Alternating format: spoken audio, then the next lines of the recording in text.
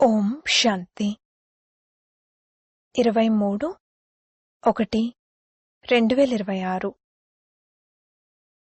మధురమైన పిల్లలు, మీ నోటి నుండి సదా జ్ఞానరత్నాలు వెలువడాలి. మీ ముఖం సదా హర్షితంగా ఉండాలి. ప్రశ్న: ఏ పిల్లలైతే బ్రాహ్మణ జీవితంలో జ్ఞానాన్ని ధారణ చేశారో వారి గుర్తులేమిటి? జవాబు: 1. వారి నడవడిక దేవతల వలె ఉంటుంది. వారిలో దైవీ గుణాల ధారణ జరుగుతుంది. 2. వారికి జ్ఞానాన్ని విచారసాగర మంథనం చేసే అభ్యాసం ఉంటుంది. వారెప్పుడూ ఆసురీ విషయాలను అనగా చెత్తను మంథనం చేయరు. 3. వారి జీవితం నుండి తిట్టడం మరియు నిందించడం సమాప్తమైపోతుంది. 4. వారి ముఖం సదా హర్షితంగా ఉంటుంది. ఓం శాంతి. తండ్రి కూర్చుని జ్ఞానం మరియు భక్తి గురించి అర్థం చేయిస్తారు. భక్తి ద్వారా సద్గతి జరగదని మరియు సత్యుగంలో భక్తి ఉండదని పిల్లలు అర్థం చేసుకున్నారు. జ్ఞానం కూడా సత్యుగంలో లభించదు.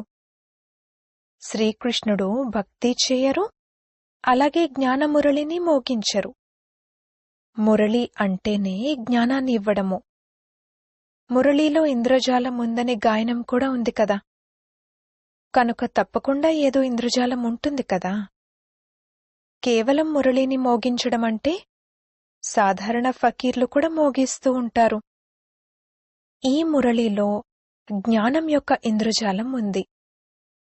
అజ్ఞానాన్ని ఇంద్రజాలమని అనరు, మురళిని ఇంద్రజాలమని అంటారు. జ్ఞానం ద్వారా మనుషుల నుండి దేవతలుగా అవుతారు. సత్యుగం ఉన్నప్పుడు ఈ జ్ఞానం యొక్క వారసత్వం ఉంటుంది. అక్కడ భక్తి ఉండదు. ద్వాపరయుగంలో దేవతల నుండి మనుషులుగా అయినప్పుడు భక్తి ఉంటుంది. మనుషులను వికారులని, దేవతలను నిర్వికారులని అంటారు. దేవతల సృష్టిని పవిత్ర ప్రపంచమని అంటారు. ఇప్పుడు మీరు దేవతలుగా అవుతున్నారు. జ్ఞానమని దేనినంటారు? 1. స్వయం యొక్క పరిచయాన్ని, మరియు బాబా పరిచయాన్ని, ఇంకా సృష్టి ఆదిమధ్యాంతాల జ్ఞానాన్ని జ్ఞానమని అంటారు. జ్ఞానం ద్వారా సద్గతి జరుగుతుంది. ఆ తర్వాత భక్తి ప్రారంభమైనప్పుడు దిగే కళ అని అంటారు. ఎందుకంటే భక్తిని రాత్రి అని, జ్ఞానాన్ని పగలు అని అంటారు. ఇది ఎవరి బుద్ధిలోనైనా కూర్చోగలదు, కాని దైవీ గుణాలను ధారణ చెయ్యరు. దైవీ గుణాలు ఉన్నట్లయితే జ్ఞానధారణ ఉందని అర్థమవుతుంది. జ్ఞానధారణ కలవారి నడవడిక దేవతల వలె ఉంటుంది. తక్కువ ధారణ కలవారి నడవడిక మిక్స్గా ఉంటుంది. ధారణ లేకపోతే ఇక వారు పిల్లలే కారు. మనుషులు తండ్రిని ఎంతగా నిందిస్తారు. బ్రాహ్మణ కులంలోకి వచ్చినట్లయితే తిట్టడం, నిందించడం సమాప్తమైపోతుంది. మీకు జ్ఞానం లభిస్తుంది. దానిపై మీరు విచారసాగర మంథనం చేసినట్లయితే అమృతం లభిస్తుంది.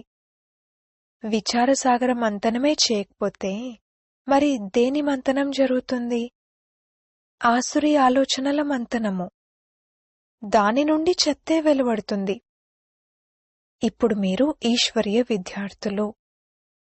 మనుషుల నుండి దేవతలుగా అయ్యే చదువును చదువుతున్నామని మీకు తెలుసు. దేవతలు ఈ చదువును చదివించరు. దేవతలనెప్పుడూ జ్ఞానసాగర్లని అనరు. జ్ఞానసాగరుడని ఒక్కరినే అంటారు. దైవీ గుణాలు కూడా జ్ఞానం ద్వారా ధారణవుతాయి. ఈ జ్ఞానం ఏదైతే పిల్లలైన మీకిప్పుడు లభిస్తుందో ఇది సత్యుగంలో ఉండదు. ఈ దేవతలలో దైవీ గుణాలున్నాయి. సర్వగుణ సంపన్నులు అని మీరు మహిమ కూడా చేస్తారు. కావున ఇప్పుడు మీరు ఈ విధంగా తయారవ్వాలి. మాలో అన్ని దైవీ గుణాలు ఉన్నాయా, లేక ఏవైనా ఆసురీ అవగుణాలున్నాయా అని స్వయాన్ని ప్రశ్నించుకోవాలి. ఒకవేళ ఆసురీ అవగుణాలు ఉన్నట్లయితే వాటిని తొలగించివేయాలి. అప్పుడే దేవతలని అంటారు. లేకపోతే తక్కువ పదవిని పొందుతారు. ఇప్పుడు పిల్లలైన మీరు దైవీ గుణాలను ధారణ చేస్తారు. చాలా మంచి మంచి విషయాలను వినిపిస్తారు. దీనినే పురుషోత్తమ సంగమయుగమని అంటారు. ఈ సమయంలో మీరు పురుషోత్తములుగా అవుతున్నారు కావున వాతావరణం కూడా చాలా బావుండాలి. నోటి నుండి ఎటువంటి చీచీ మాటలు వెలువడకూడదు. లేకపోతే వీరు తక్కువ పదవివారు అని అంటారు. మాట, నడవడిక మరియు వాతావరణం ద్వారా వెంటనే తెలిసిపోతుంది. మీ ముఖం సదా హర్షితంగా ఉండాలి. లేకపోతే వారిలో జ్ఞానం లేదని అంటారు. నోటి ద్వారా సదా రత్నాలే వెలువడాలి. ఈ లక్ష్మీనారాయణులు ఎంత హర్షిత ముఖులో చూడండి. ఈ ఆత్మలు జ్ఞానరత్నాలను ధారణ చేశారు. నోటి నుండి సదా జ్ఞానరత్నాలే వెలువడతాయి. రత్నాలనే వింటూ వినిపిస్తూ ఉంటే ఎంత సంతోషం ఉంటుంది. ఏ జ్ఞానరత్నాలనైతే మీరిప్పుడు తీసుకుంటున్నారో ఇవన్నీ తర్వాత వజ్రవైడూర్యాలుగా అయిపోతాయి. నవరత్నాల మాల వజ్రవైడూర్యాలదేమీ కాదు. అది ఈ జ్ఞానరత్నాల మాల. మనుషులేమో ఆ రత్నాలుగా భావించి ఉంగరాలు మొదలైనవి ధరిస్తారు. ఈ జ్ఞానరత్నాల మాల పురుషోత్తమ సంగమయుగంలో ధరింపబడుతుంది. ఈ రత్నాలే మిమ్మల్ని భవిష్య 21 జన్మల కోసం సుసంపన్నంగా తయారు చేస్తాయి. వీటినెవ్వరూ దోచుకోలేరు. ఇక్కడ మీరు ఈ వజ్రవైడూర్యాలను ధరించినట్లయితే ఎవరైనా వెంటనే దోచుకుని తీసుకువెళ్ళిపోతారు. కనుక స్వయాన్ని చాలా చాలా వివేకవంతులుగా తయారు చేసుకోవాలి. ఆసురి అవగుణాలను తొలగించివేయాలి. ఆసురి అవగుణాలతో ముఖం కూడా అదే విధంగా అయిపోతుంది. క్రోధంలో ముఖం ఎర్రగా రాగివలె అయిపోతుంది. కామవికారం కలవారైతే నల్లగా అయిపోతారు. కనుక పిల్లలు ప్రతి విషయంలోనూ విచారసాగర మంథనం చేయాలి. ఈ చదువు ఉన్నదే చాలా ధనాన్ని పొందేందుకు. ఆ చదువు రత్నాలేమీ కాదు. అయితే నాలెడ్జ్ చదువుకుని పెద్ద పొజిషన్ను పొందుతారు. కనుక చదువు ఉపయోగపడింది. అంతేకాని ధనం కాదు. చదువే ధనము. అది హద్దులోని ధనము, ఇది అనంతమైన ధనము. వాస్తవానికి రెండూ చదువులే. తండ్రి మనల్ని చదివించి విశ్వానికి యజమానులుగా చేస్తారని మీరిప్పుడు భావిస్తున్నారు. అది ఒక్క జన్మ కోసం అల్పకాలిక క్షణభంగురమైన చదువు. మళ్లీ మరుసటి జన్మలో కొత్తగా చదువుకోవాల్సి ఉంటుంది. స్వర్గంలో ధనం కోసం చదువు యొక్క అవసరం ఉండదు. అక్కడైతే ఇప్పటి పురుషార్థంతో అపారమైన ధనం లభిస్తుంది. ధనం అవినాశి అయిపోతుంది. దేవతల వద్ద చాలా ధనం ఉండేది. ఆ తర్వాత భక్తి మార్గంలోకి అనగా రావణ రాజ్యంలోకి వచ్చినప్పుడు ఎంత ధనం ఉండేది. ఎన్ని మందిరాలు నిర్మించబడ్డాయి.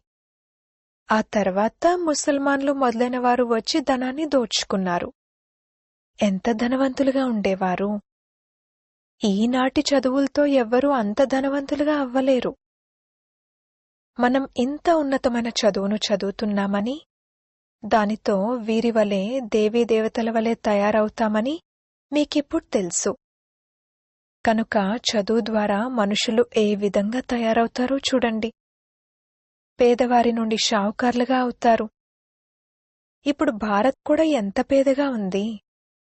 షావుకార్లకైతే తీరికే లేదు. నేను ఫలానాను అని తమ అహంకారం ఉంటుంది. ఇందులో అహంకారం మొదలైనవి సమాప్తమైపోవాలి. నేను ఒక ఆత్మను. ఆత్మ వద్దనైతే ధన సంపదలు, వజ్రవైడూర్యాలు మొదలైనవేవీ ఉండవు. దేహ సహితంగా అన్ని సంబంధాలను విడిచిపెట్టండి అని తండ్రి కూడా అంటారు. ఆత్మ శరీరాన్ని విడిచిపెడితే షావుకార్తనం మొదలైనవన్నీ సమాప్తమైపోతాయి. మళ్లీ కొత్తగా చదువుకుని ధనాన్ని సంపాదించాలి, లేదా దానపుణ్యాలు బాగా చేసుంటే షావుకార్లింట్లో జన్మ తీసుకుంటారు. గతకర్మల ఫలమని అంటారు కదా. జ్ఞానాన్ని దానం చేసున్నట్లయితే, లేదా కాలేజ్, ధర్మశాల మొదలైనవి నిర్మించి ఉన్నట్లయితే దాని ఫలం లభిస్తుంది, కాని అల్పకాలికంగా లభిస్తుంది. ఈ దానపుణ్యాలు కూడా ఇక్కడే చేయడం జరుగుతుంది. సత్యుగంలో చేయడం జరగదు. సత్యుగంలో మంచి కర్మలే జరుగుతాయి, ఎందుకంటే ఇప్పటి వారసత్వమే లభించి ఉంటుంది. అక్కడ ఎవరి ద్వారా కూడా వికర్మలు జరగవో, ఎందుకంటే రావణుడే లేడు. పేదవారి ద్వారా కూడా వికర్మలు జరగవు. ఇక్కడైతే షావుకార్ల ద్వారా కూడా వికర్మలు జరుగుతాయి. అందుకే ఈ అనారోగ్యాలు మొదలైన దుఃఖాలుంటాయి. అక్కడ వికారాల్లోకే వెళ్లరు, కనుక వికర్మలెలా తయారవుతాయి? మొత్తమంతా కర్మలపైనే ఆధారపడి ఉంది. ఇది మాయా రావణ రాజ్యము. ఇక్కడ మనుషులు వికార్లుగా అయిపోతారు. తండ్రి వచ్చి నిర్వికార్లుగా తయారు చేయడానికి చదివిస్తారు. తండ్రి నిర్వికార్లుగా చేస్తారు, మాయ మళ్లీ వికార్లుగా చేస్తుంది. రామవంశీయులు మరియు రావణ వంశీయులకు మధ్యన యుద్ధం జరుగుతుంది. మీరు తండ్రి పిల్లలు, వారు రావణుడి పిల్లలు. ఎంతమంది మంచి మంచి పిల్లలు మాయ చేతిలో ఓడిపోతారు. మాయ చాలా శక్తివంతమైనది. అయినా కూడా ఆశ పెట్టుకుంటారు. అధమాతి అధములుగా, పూర్తిగా పతితులుగా ఉన్నవారి ఉద్ధరణను కూడా చేయవలసి ఉంటుంది కదా. తండ్రి అయితే మొత్తం విశ్వాన్ని ఉద్ధరించవలసి ఉంటుంది. చాలామంది పడిపోతారు. పూర్తిగా నష్ట ఖాతాలో అధమాతి అధములుగా అయిపోతారు. అటువంటి వారిని కూడా తండ్రి ఉద్ధరిస్తారు. రావణ రాజ్యంలో అందరూ అధములుగానే ఉన్నారు, కాని తండ్రి రక్షిస్తారు. అయినా కాని పడిపోతూనే ఉంటారు. ఇక దానితో చాలా అధములుగా అయిపోతారు. వారు మళ్లీ అంతగా పైకెక్కడం జరగదు. ఆ అధమ స్థితి లోపల తింటూ ఉంటుంది. అంతిమ సమయంలో ఎవరైతే స్త్రీని స్మరిస్తారో అని మీరు అంటూ ఉంటారు కదా, వారి బుద్ధిలో ఆ అధమ స్థితే వస్తూ ఉంటుంది. తండ్రి కూర్చుని పిల్లలకు అర్థం చేయిస్తున్నారు. కల్పకల్పము మీరే దేవతలుగా అవుతారు. జంతువులేమైనా అవుతాయా? మనుషులే అలా అవుతారు మరియు అర్థం చేసుకుంటారు. ఈ లక్ష్మీనారాయణలకు కూడా ముక్కు, చెవులు మొదలైనవి ఉన్నాయి. వారు మనుషులే కదా, కాని వారు దైవీ గుణాలు కలవారు కావున వారిని దేవతలని అంటారు. వారు అటువంటి సుందరమైన దేవతలుగా ఎలా అవుతారు, మళ్లీ ఎలా పడిపోతారు? ఈ చక్రం గురించి మీకు తెలిసింది. ఎవరైతే విచారసాగర మంతనం చేస్తూ ఉంటారో వారికి ధారణ కూడా బాగా జరుగుతుంది. విచారసాగర మంతనమే చేయకపోతే తెలివిహీనులుగా అయిపోతారు. మురళి నడిపించేవారికి విచారసాగర మంతనం నడుస్తూ ఉంటుంది. ఈ టాపిక్ గురించి ఇలా అర్థం చేయించాలని ఆటోమేటిక్గా విచారసాగర మంతనం నడుస్తూ ఉంటుంది. ఫలానా వారు రానున్నారు అని భావిస్తారు. వారికి కూడా ఉల్లాసంగా అర్థం చేయిస్తారు. వారు కొద్దో గొప్ప అర్థం చేసుకోవచ్చు. అది వారి భాగ్యంపై ఆధారపడి ఉంది. కొందరు వెంటనే నిశ్చయం ఏర్పరచుకుంటారు, కొందరు ఏర్పరచుకోరు. నమ్మకం పెట్టడం జరుగుతుంది. ఇప్పుడు కాకపోతే మున్ముందు తప్పకుండా అర్థం చేసుకుంటారు. విశ్వాసం ఉంచాలి కదా. విశ్వాసం ఉంచడం అనగా సేవ పట్ల అభిరుచి ఉన్నట్లు. అలసిపోకూడదు.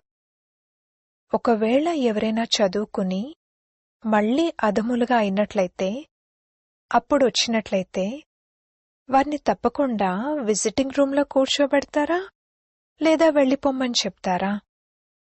ఇన్ని రోజులు ఎందుకు రాలేదు అని వారిని తప్పకుండా అడుగుతారు. వారు మాయతో ఓడిపోయామని చెప్తారు.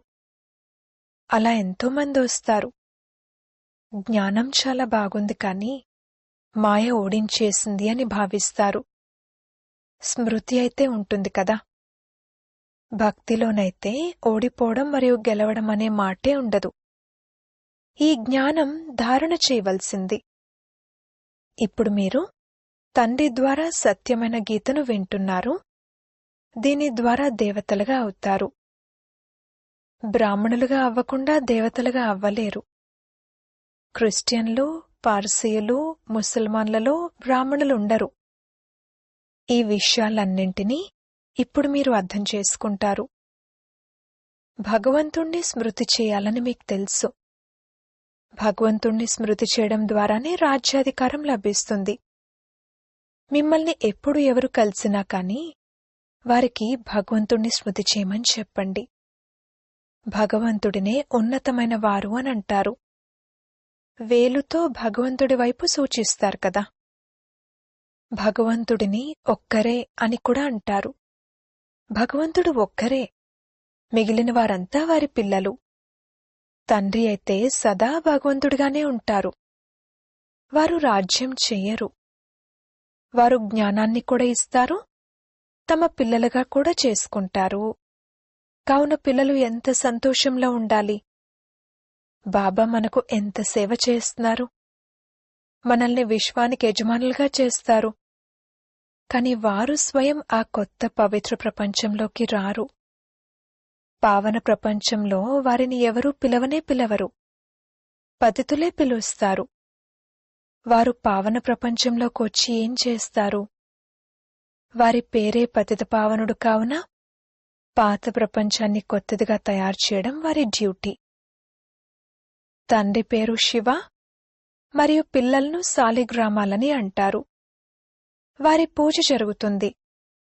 శివ్ బాబా అని అంటూ అందరూ స్మృతి చేస్తారు. రెండవది, బ్రహ్మాను కూడా బాబా అని అంటారు.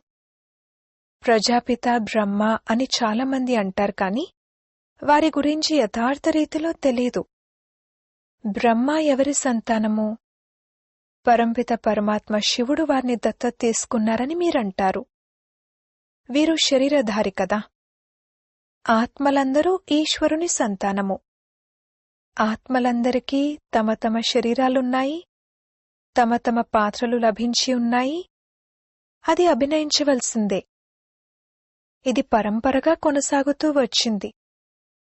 అనాది అనగా ఆది మధ్య అంతాలుండవు. అంతమవుతుంది అని మనుషులు విన్నప్పుడు మళ్లీ ఎలా తయారవుతుంది అని తికమక పడతారు. ఇది అనాది అని తండ్రి అర్థం చేయిస్తున్నారు. ఎప్పుడు తయారయింది అని అడగాల్సిన అవసరం ఉండదు. ప్రళయమే జరగదు. ఇది కూడా తప్పుగా అలా చెప్పారు. కొద్దిమంది మనుషులే మిగులుతారు, అందుకే ప్రళయం జరిగిందని అంటారు. బాబాలో ఏ జ్ఞానమైతే ఉందో అది ఇప్పుడే ఇమర్జ్ అవుతుంది. మొత్తం సాగరమంతటినీ సిరాగా చేసినా కూడా అది పూర్తి కాదు అని వీరి గురించే అంటారు. అచ్చా, మధురాతి మధురమైన సిక్కిలదే పిల్లలకు మాతాపిత బాబ్దాదాల ప్రియ స్మృతులు మరియు గుడ్ మార్నింగ్. ఆత్మిక పిల్లలకు ఆత్మిక తండ్రి నమస్తే. ధారణ కొరకు ముఖ్య సారము.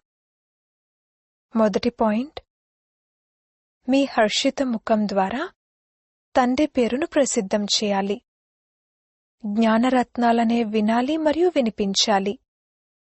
మెడలో జ్ఞానరత్నాల మాల ధరింపబడి ఉండాలి. ఆసురి అవగుణాలను తొలగించివేయాలి. రెండవ పాయింట్, సేవలో ఎప్పుడూ అలసిపోకూడదు. విశ్వాసం ఉంచి అభిరుచితో సేవ చేయాలి. విచారసాగర మంతనం చేసి ఉల్లాసంలో ఉండాలి. వరదానము, కన్ఫ్యూజ్ అయ్యేందుకు బదులుగా లూజ్ కనెక్షన్ను సరిచేసుకునే సమస్య ముక్త భవ. అన్ని సమస్యలకు మూల కారణము కనెక్షన్ లూజ్ అవ్వడము. కేవలం కనెక్షన్ను సరిచేసుకున్నట్లయితే సర్వశక్తులు మీ ముందు తిరుగుతూ ఉంటాయి. ఒకవేళ కనెక్షన్ను జోడించడానికి 1-2 నిమిషాలు పట్టినా కూడా ధైర్యాన్ని కోల్పోయి కన్ఫ్యూజ్ అయిపోకండి.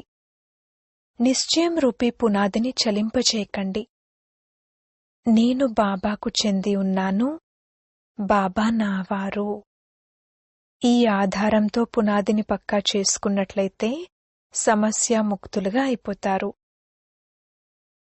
స్లోగన్: బీజరూప అవస్థలో స్థితులై ఉండటం ఇదే పాత సంస్కారాలను పరివర్తన చేసుకునే విధి. అవ్యక్త ప్రేరణలో ఈ అవ్యక్తి మాసంలో బంధనముక్తులుగా ఉంటూ జీవన్ముక్త స్థితిని అనుభవం చేయండి. ఎప్పుడైనా సేవలోనైనా లేక తమ పాత సంస్కారాలను పరివర్తన చేసుకునే విషయంలోనైనా సఫలత లభించకపోతే ఏదో ఒక విఘ్నానికి వశమైపోతారు. ఆ తర్వాత దాని నుండి ముక్తులుగా అయ్యే కోరిక పెట్టుకుంటారు. కాని శక్తి లేకుండా ఈ కోరిక పూర్తవ్వదు. అందుకే అలంకార రూపులుగా అవ్వండి. శక్తి రూపాన్ని ధారణ చేయండి. అప్పుడు బంధన ముక్తులుగా అయిపోతారు. ఓం శాంతి.